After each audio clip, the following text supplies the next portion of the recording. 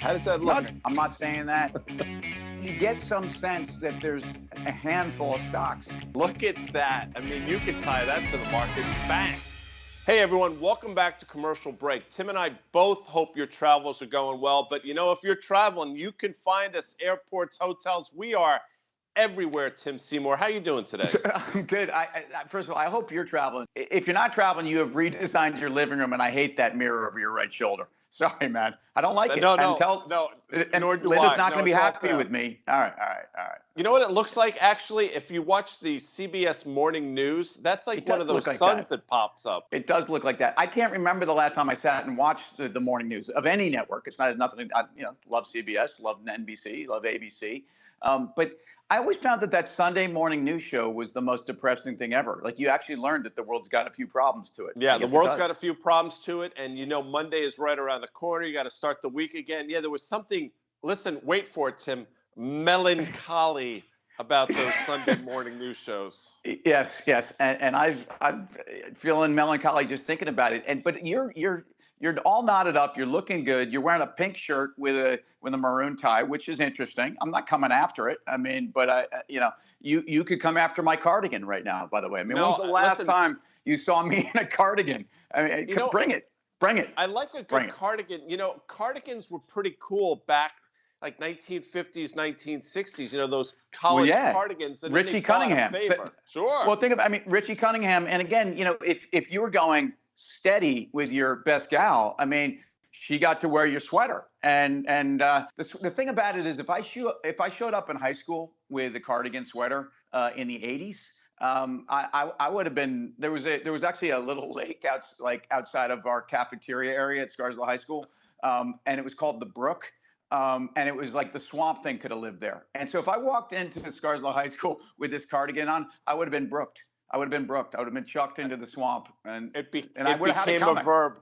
Listen, I'm sure a lot of people got brooked without question, but we didn't get to wear cardigans in Croton on the Hudson. I mean, I couldn't even spell. I I can't spell cardigan to this well, day, by the way. I think he probably wore a sleeveless cardigan, which would be a cardigan vest of some kind. And there are those that were actually made that way, and those that maybe you had to customize. My guess is you might have customized a cardigan vest. By the way, the Cardigans were a band, I want to say 92, 93, that were supposedly the next coming of ABBA.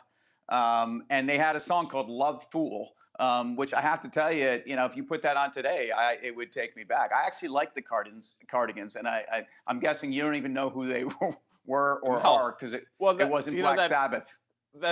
First of all, I was never a Black Sabbath fan. As a matter of fact, I remember my Aunt Aurelia got me a Black Sabbath The record for A-Train. like my 10th birthday, and I'm like, what is this? I don't think I ever opened it. As a matter of fact, I'm sure it's somewhere in its pristine condition with that wrap around it. Maybe it's worth money, I don't know, but I don't have it. Well, look, Ozzy could be traveling and staying in the same hotel and staring at that same sun mirror that you are right now. So I'd be careful. You mentioned hotels and you mentioned Sunday Yep. morning. So typically we're Sundays where we played board games. And my favorite board game features hotels, and it was created, I think it was first released this week in 1935. 1935. So again, in between World Wars I and II, and we were very bored in this country. No, you know what? It's a great game, and of course, the first piece of Monopoly trivia is, of course, what city are all of these streets in? Well, that's a great point. Atlantic City. My roommate Atlantic Ron City. Peck, by the way, was from Margate, which is right next to Atlantic City, but nobody RP. cares about that. Willie Glass, by the way, a great college player in the 80s, went to Atlantic City Redmen. High School. That's a great drop, by the way, for the folks at Reach TV. Best property on Monopoly. Like what was your strategy? So my strategy was I liked the Reds like Illinois, Indiana, and I believe Kentucky. They were I also nice. like the Purples, Pennsylvania, Pacific, and I can't think of the other one. It will come to me. But I was like a Reds and a Purples guy. It's interesting because I love Marvin's Gardens for whatever reason, and I don't know Yellow. who Marvin was Yellow. or if he had, but the yellows were good. The greens were good because you were turning the corner, you were heading for home, and you just gotten past that luxury tax, God bless. And look, life is like Monopoly because if you think about it, it's a series of things coming at you. Fortunately, I haven't needed the get out of jail free card yet. But if you think about the world we live in, and we think about the world of corporate America, let's go right to the obvious metaphor here. I mean, there are monopolies that exist. There are monopolies that are attacked and broken up. The breakup of AT&T into the Baby Bell system. We know Standard Oil. If you think about the world we live in today, arguably companies may be more powerful and haven't been broken up yet. And I think we know who they are. And curious how you feel about this. Well, I mean, the names you're talking about, I think the first one on that list is probably Google, I would imagine. I think Apple's up there, but Google sort of to me is the one that sort of is in the lead pony here in terms of the power that they have and effectively the monopoly that they've created, whether they realize they were doing it or not, doesn't matter. They're the big boys in town. So where would the Stone Pony be on the Monopoly board, by the way? This is one of Guy's favorite music venues where he would go see Gary U.S. Bonds and Southside Johnny in the Asbury Jukes. So where would the pony be? Well, I think it would be a standalone. I think it would be one spot after the chance around free parking. By the way, a couple things.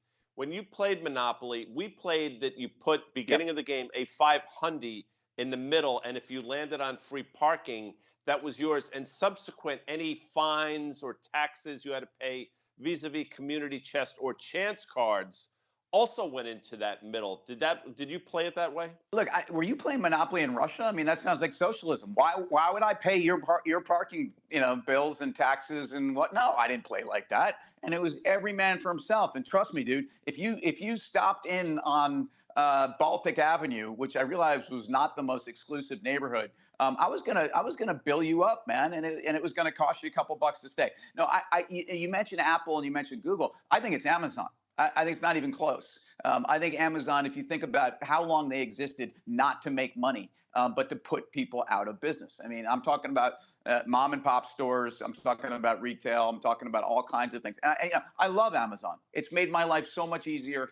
Where do you think I got this cardigan? But I think Amazon is the company most thought of as the one that really has a monopolistic position. Has existed to maybe push other companies out of business. And frankly, I think we'd all be very sad if we lost Amazon. Earlier, you mentioned Marvin Gardens. By the way, the spelling on the board game is incorrect. The true Marvin Gardens is with an E, not an I. But let me ask you a question.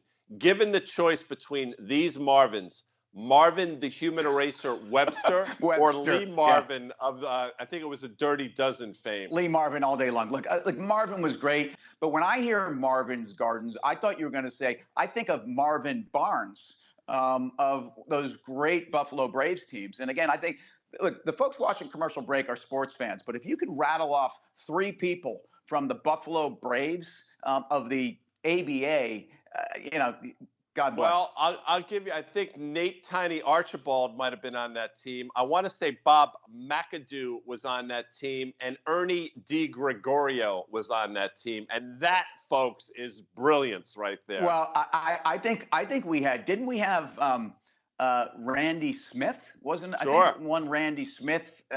Look, that was a great team, and Marvin Barnes was not. Let's put it this way. He needed his get out of jail free card. So quickly, before we get out of here, any monopolies you think should be broken up today? And is it really a function of the political, the administration in power at the time and a political bent on this? It almost seems as if it's arbitrary. It's interesting. The companies we all mentioned, I think that ship has sailed. So, maybe a decade or so would have been the time. But I think that, as they say, genie's out of the bottle. And by the way, I think we should do an entire commercial break on I Dream of Jeannie. Okay, and to get out of here, unfortunately, when you say that ship has sailed, I think of Styx. We are sailing away, and wherever you may roam, Guy Adami, we are on Reach TV around 6 o'clock, somewhere in the hotel rooms or around the gates. I'm Tim Seymour. You are? I'm Guy Adami, and collectively, Tim, what are we? Commercial break.